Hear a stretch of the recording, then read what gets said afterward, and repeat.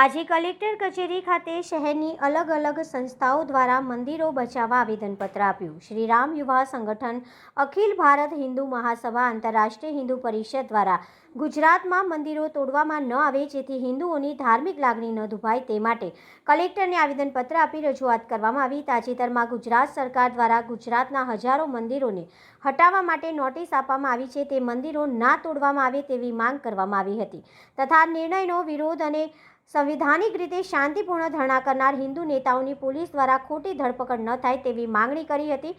સરકારના નિર્ણયથી ગુજરાત તથા દેશના સમગ્ર હિન્દુ સમાજમાં રોષ અને દુઃખની લાગણી પ્રવર્તી રહી છે। આ નિર્ણયથી સાધુ સંતો, મહંતો અને પૂજારીઓ પણ દુઃખી થઈ ગયા છે અને હિન્દુ સમાજ આ નિર્ણયને ઔરંગઝેબી ફરમાન સાથે સરખાવી રહ્યા છે। આ નિર્ણય મુગલ કાળના સમય સાથે સરખાવી સરકારને વિનંતી છે કે ઉપરોક્ત નિર્ણય તાત્કાલિક પરત ખેંચવામાં આવે।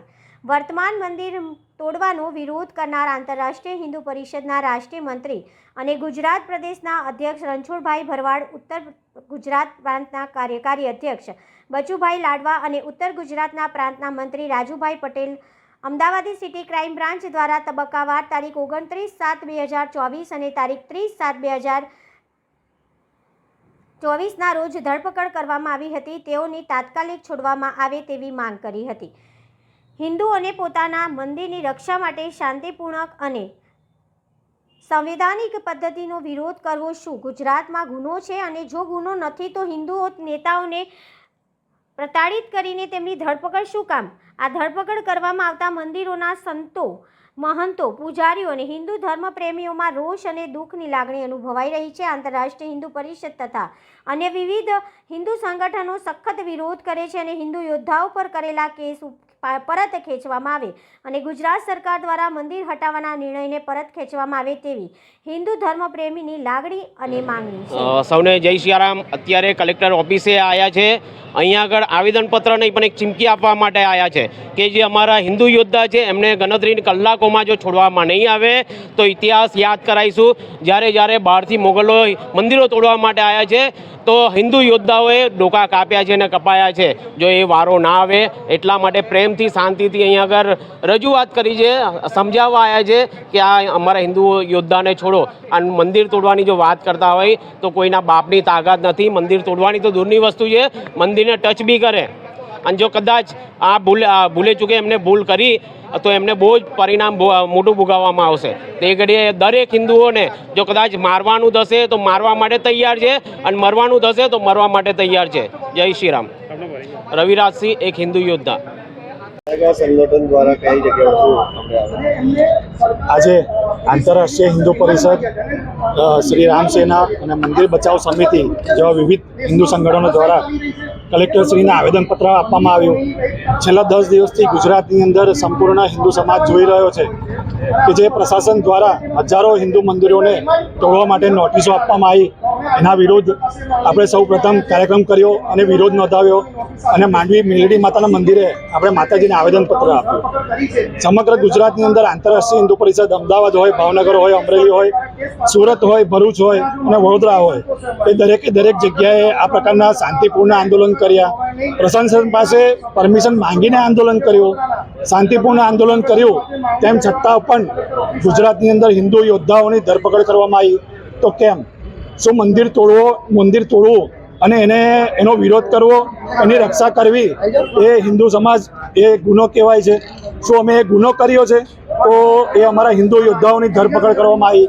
આજે અમે કલેક્ટરશ્રીના માધ્યમથી મુખ્યમંત્રી શ્રી ભૂપેન્દ્રજીને રજૂઆત કરવા માટે આવ્યા કે આ રીતે હિન્દુ યોદ્ધાઓની ગુજરાતમાં ધરપકડ કરવી એ ખૂબ જ દુઃખની વાત છે। આ પ્રકારના પગલાઓથી સાધુ સંતો તો નારાજ છે જ, પણ સંપૂર્ણ હિન્દુ સમાજ આઘાતની અંદર છે કે આ રીતે હિન્દુ સમાજના યોદ્ધાઓને પ્રતાડિત કરવા એ ખૂબ જ દુઃખની વાત છે।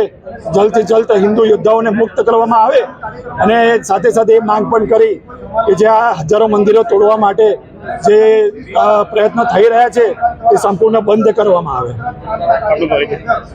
ઉમેશ જોશી, મંત્રી, રાષ્ટ્રીય બજરંગ દળ, દક્ષિણ ગુજરાત પ્રાંત।